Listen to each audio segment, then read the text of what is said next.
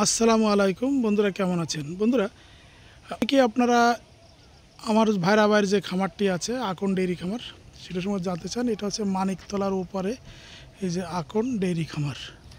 তো এখান থেকে আসেন নদীর এপার, এই যে আমাদের আকন ডেইরি খামার একটা স্পিড বোট আছে এবং এখানে একটা ঘাটও আছে। আমরা ঘাটলা থেকে শুরু করছি। আমার ভাইরা ভাই মুরাদ হোসেন সোহাগ, সে একটু অন্য টাইপের শৌখিন মানুষ।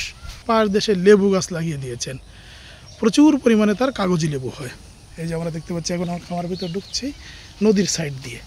তো এই যে দেখুন, আমি শুধু আপনাদেরকে দেখানোর চেষ্টা করছি যে দেখুন কি কি আছে। এত বর্ণনা আমি হয়তো দিয়ে পারবো না, ঠিক আছে, কিন্তু দেখাতে পারবো আপনাদেরকে। আপনারা দেখুন কি কি আছে। আর আপনারা যেটা জানতে চান যে কী কী আছে, কী অবস্থা, সেটা জানতে চান, তো আমি সেটা জানানোর চেষ্টা করছি যে কী কী আছে। যে এবং এটা এত পরিমাণ আছে যে এর বর্ণনা হয়তো আপনাদেরকে আমি দিতে পারবো না। আপনাদের জন্য ওইভাবে একটা সুন্দর চমৎকার ভিডিও বানানোর মতন সময় আমি নিয়ে আসি নাই। হ্যাঁ, আসছি যার দেখানোর জন্য। এইদিকে একটা সেট, ওই যে সেট, ওই যে সেট, আবার ওই যে সেট। মিটন মূলত সারাক্ষণ থাকেন, সে সব কিছু সুন্দর করে তৈরি করেছেন, গুছিয়েছেন। এটা মূলত মাঝখানে রেঞ্জের মতো করে রেখেছেন। বাছুরগুলো ছেড়ে দেয়, গরুগুলো ছেড়ে দেয়। এ পাশে গাভীর শেড, ওই পাশে বাছুরির শেড, ওই পাশে আবার গাভীর শেড, এই পাশে আবার গাভীর শেড। অনেক গাভী আছে। আর যে এটা একটা নৈসর্গিক ব্যাপার এখানে জড়িত। এই দিকে যায় দেখেন আবারও শেড আছে। এই যেখানে একটা ইউ আকৃতি এবং শেড তৈরি হচ্ছে। আর মূলত গাছে আম পেকে আছে, দেখুন। তা এটা ঠিক এরকম একটা পরিবেশ।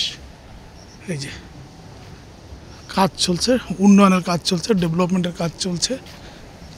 আমরা হয়তো ভিডিওটা বড় হবে, তারপর আপনাদেরকে দেখাবো যে কী পরিমাণে হয়, ডাটা দেব যে খামারটির বয়স কতদিন। এই দেখুন, এই যে ডেভেলপমেন্টের ওয়ার্ক চলছে, ডেভেলপমেন্টের ওয়ার্ক চলছে। আসসালামু আলাইকুম, ভালো আছে? হ্যাঁ, ভালো আছি। কেমন আছেন? ভালো আছি। এখন গরু আছে কতগুলা? গরু 500-এর মতো আছে। সব মিলে, বাছুর টাছুর সব মিলে? দুধ হয় কতটুকু? দুধ 12-13 ডিরাম হয়, 14 ডিরাম। এখানে আবার কি কাজ চলছে? এখানে একটু বাছুর রাখে। সব এই সাইডটা পুরো সব বাছুরে চলে যাবে? এই ধারে বাছুর রাখে, সব বাছুর। এই 2 গরু গাই, আর ওই যে আছে গাভিন গরু, এর কিছু গাই আছে, দুয়াল গরু। মানে দাইমো গরুর মধ্যে দেয়। দাইমা গরু কি কষাই? ওগুলো তো যাবে কষাইয়ের কাছে, হ্যাঁ, বিক্রি করে দিই। তাই না? বিক্রি করে দেন। তাহলে কি পুকুরগুলো সব এখন ডুবাই দিবে একটা একটা করে? হ্যাঁ, পুকুর ডুবাই দিই। কিন্তু ওই যে ঘাস দেখলাম, ঘাস কাটা কিন্তু ঠিক হচ্ছে না। মাটি সমান করে কাটতে হয় ঘাস। ঘাস কাইটে ওই পানি দিয়ে দিচ্ছে। না, মাটি সমান করে কাটতে হয়, উঁচু করে কাটতে হয় না। হ্যাঁ, না, একদম মাটি সমান করে কাটলে বীজটা আরও ভালো হয়। একদম মাটি সমান করে কাটলে তখন বীজটা ভালো হয়। ঘাস পরে যে ঘাসগুলো আসে ওইগুলো মোটা হয়। বাঁশের কি হয়, গুঁড়া থেকে যেটা ওঠে সেটা বাঁশ হয়, আর বাঁশের থেকে যেটা হয় সেটা কুঞ্চি।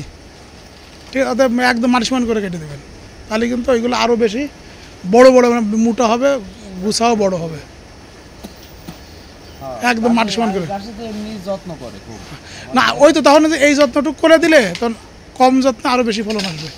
আমরা ওই যে শেড দেখলাম, এটা হলো গাভীর শেড, ওই পাশে আবার বাছুরির শেড, এই পাশে আবার গাভীর শেড। মোটামুটি মাশাল্লাহ।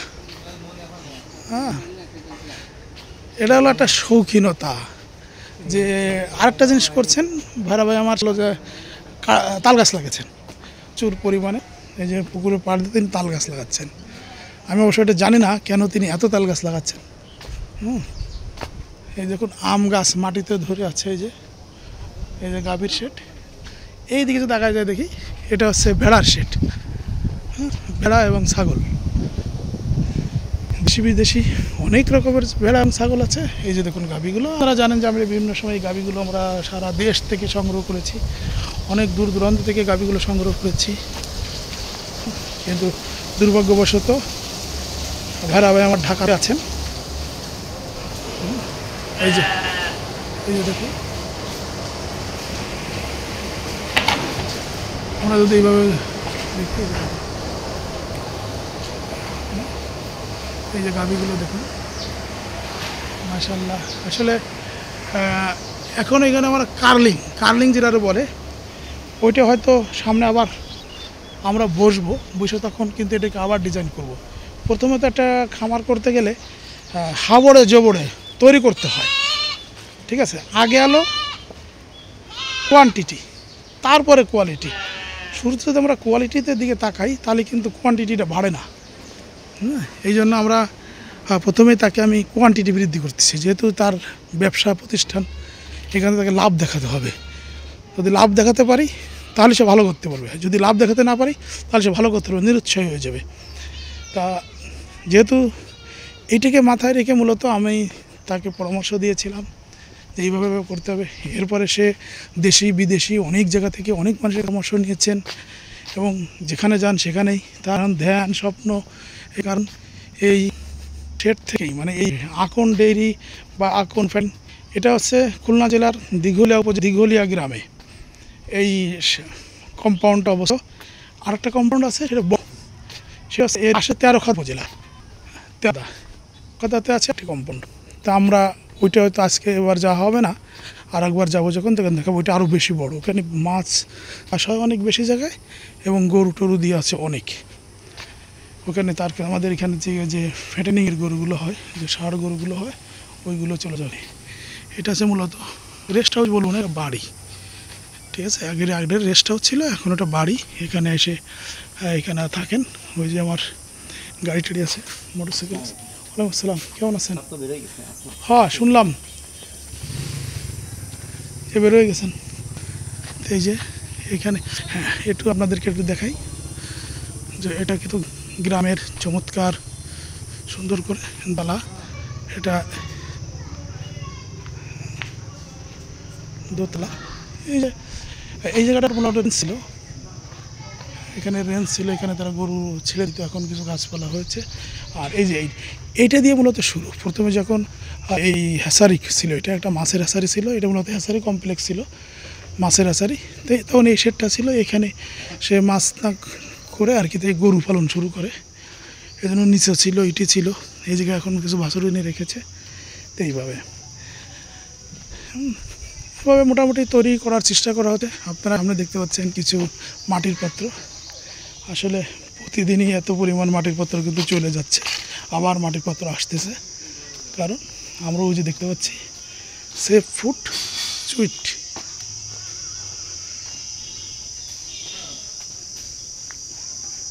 সেফ ফুড সুইট, হ্যাঁ, সেফ ফুডের ফ্যাক্টরি, মিষ্টির ফ্যাক্টরি। আর এটা হচ্ছে স্টাফদের থাকার জন্য। এটা হলো এই যে ফুডের যে স্টাফদের থাকায় সহ তাদের যে ইটিগুলো, ফ্রিজ টিজ যাকে দরকার এইসবগুলো তো এই পাশে আছে। ওই জিনিসগুলো যে চল্লি টল্লি, এখানেও মাংস জাল দেওয়া হয়, এখানেও মিষ্টি তৈরি করা হয়। এর সবথেকে আকর্ষণীয় হচ্ছে এই কম্পাউন্ডে নাই এমন কোনো গাছ নাই। দেখুন না, গাছপালা দিয়ে ভর্তি। এবং আমাদের সোহাগ হোসেন মুরাদ হোসেন সোহাগ, তার স্বপ্ন হলো যে সকল ধরনের গাছ, বিদেশে যা তিনি গাছ নিয়ে আসেন। এবং এই যে দেখুন কবুতরও আছে, একদম ঢুকলেই কবুতর। হ্যাঁ, এই গেল আকন মৎস্য অ্যান্ড ডেইরি ফিড, ঠিক আছে, মুরাদ হোসেন সোহাগ। এটা মূলত স্টাফদের থাকার জন্য, এটা স্টাফদের থাকার জন্য, এখানে যারা কাজ করে সেই স্টাফদের থাকার জন্য। এবং স্টাফদের পাশেই কিন্তু এখানে আগে তার ছাগলগুলো ছিল, এখন এখানে মূলত কবুতর এনে রাখছেন। কবুতর এবং কিছু হাসিল মুরগি, একটু শৌখিন মুরগি, হাঁস মুরগি এবং কবুতর এনে এখানে রাখছে। আর আলাদাভাবে এসে রয়েছে। সবচেয়ে বড় কথা, ওই যে দেখুন মাটির সাথে মিশে আছে আম, মাটির সাথে মিশে আছে আম, এবং প্রচুর পরিমাণে আম ধরে।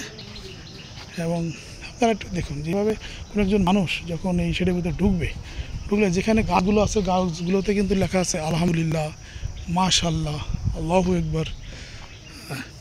এই যে এখানে একটা সিঁড়ি বাঁধানো পুকুর আছে গোসল করবার জন্য।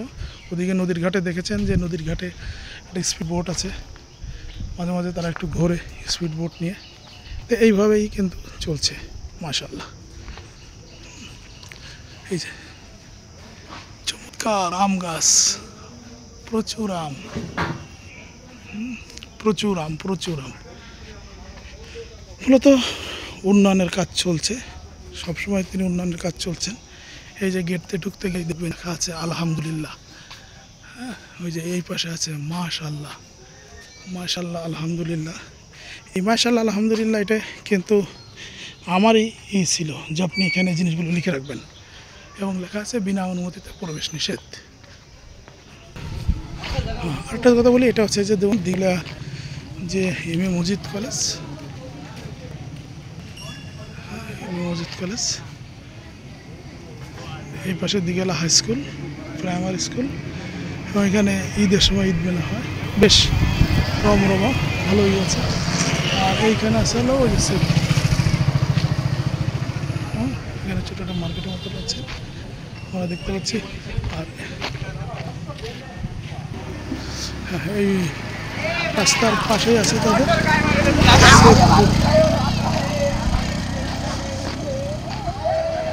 ভাই। কি কি মিষ্টি নিলেন আপনি? খালি দই 2 কেজি, কত করে দাম? 190 টাকা। 190 করে।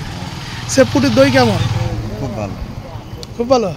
আশেপাশে অন্য মানে সব কিছু থেকে অনেক ভালো। কারণ এই যে দিগলে আছে, বারাকপুর আছে, ফতের বাজার আছে, এটাই ভালো, এটাই ভালো। এই দ্বীপের ভিতরে, তাই না? এই দ্বীপের ভিতরে এর মানের অবস্থা কেমন? এর মানের অবস্থা অনেক ভালো। 1 নম্বরে 3 নম্বরে? 1 নম্বরে। মিষ্টির মান? মিষ্টির মানও মিষ্টি মান আমাদের যা যা লাগে আমাদের এখানে নেই, বাইরে তেমন স্বাস্থ্যসম্মত না। বাইরে এখানে এদের স্বাস্থ্যসম্মত, তাই না? আর এরপরে খাবার দাবার নিজের খামারের তৈরি এগুলা অনেক ভালো, অনেক ভালো। ওই যে দেখেন এই যে আরো যে মানুষ ঢুকছে। হ্যাঁ হ্যাঁ, ঠিক আছে। মানে এইটা এত পরিমাণ চাহিদা, মনে করেন যা নিতে আসছিলাম ওই যে একটু বড় কিসের ওইটা পাইনি, পাওয়া যাচ্ছে না, তাই না? কমে যাচ্ছে, মানে সেল দিয়ে পারতেছে না। এদের তো অনেকগুলো শাখা, এই জন্য আর কি তাও সেল দিয়ে পারতেছে না, সেল দিয়ে হচ্ছে না। এই যে মাশাআল্লাহ, এই যে সেফ ফুডের সব থেকে বড় কথা যে মিষ্টির দোকানটা অনেক পরিবেশ অনেক সুন্দর, এবং অনেক রকমের মিষ্টি তারা উৎপাদন করে। হ্যাঁ, মেন রাস্তার পাশেই তো আলহামদুলিল্লাহ। এখানে সেফ ফুডের একটা বিষয় বলি যে আমাদের এই অঞ্চলে যখন 160 টাকা মিষ্টি মানুষ বিক্রি করতে পারতো না, 180 টাকা 60 টাকা বিক্রি করতে পারতো না, সেই সময় কিন্তু এরা 200 টাকা 250 টাকা, এখন কিন্তু এদের এখানে অনেক বেশি দামে কিন্তু বিক্রিও হয়। হ্যাঁ, এখন যেখানে মানুষের ক্রয় ক্ষমতা ছিল 160 টাকা 180 টাকা, সেইখানে এখন দেখুন 420 টাকা পর্যন্ত এদের এখন দাম যাচ্ছে। তারপরও মানুষ খাচ্ছে, কারণ কোয়ালিটি সম্পন্ন জিনিস হলে মানুষ পছন্দ করে। তা এই ছিল আন্ডে এই সম্পর্কে। আমরা হয়তো সামনে আরও একটা সময় এসে ভাইরা ভাই সহ আমরা এসে একটা চমৎকার ভিডিও বানিয়ে আপনাদেরকে আপডেটটা দিব। ঈদের সময় আসছি তো হচ্ছে, শ্বশুরবাড়িতে বেড়াতে আসছি, সেই সুযোগে আপনাদেরকে একটু আপডেট দেওয়ার চেষ্টা করলাম। আর যেহেতু শ্বশুরবাড়িতে আসছি ভিডিও করছি, এটা তো প্রমাণ করা যাবে না যে আমি সাংবাদিক বা আমাকে এই করতে হবে। ঠিক আছে, যে মেন রাস্তার সাথেই লেখা রয়েছে আকন auto bricks and tiles industries. এটার ভিতরে গেলেই আকন ডেইরি ফার্ম। আর কেঁদো না বাংলার কৃষক, ফোটাও মুখে হাসি, তোমরা দেশের আসল নায়ক, বলবে বিশ্ববাসী।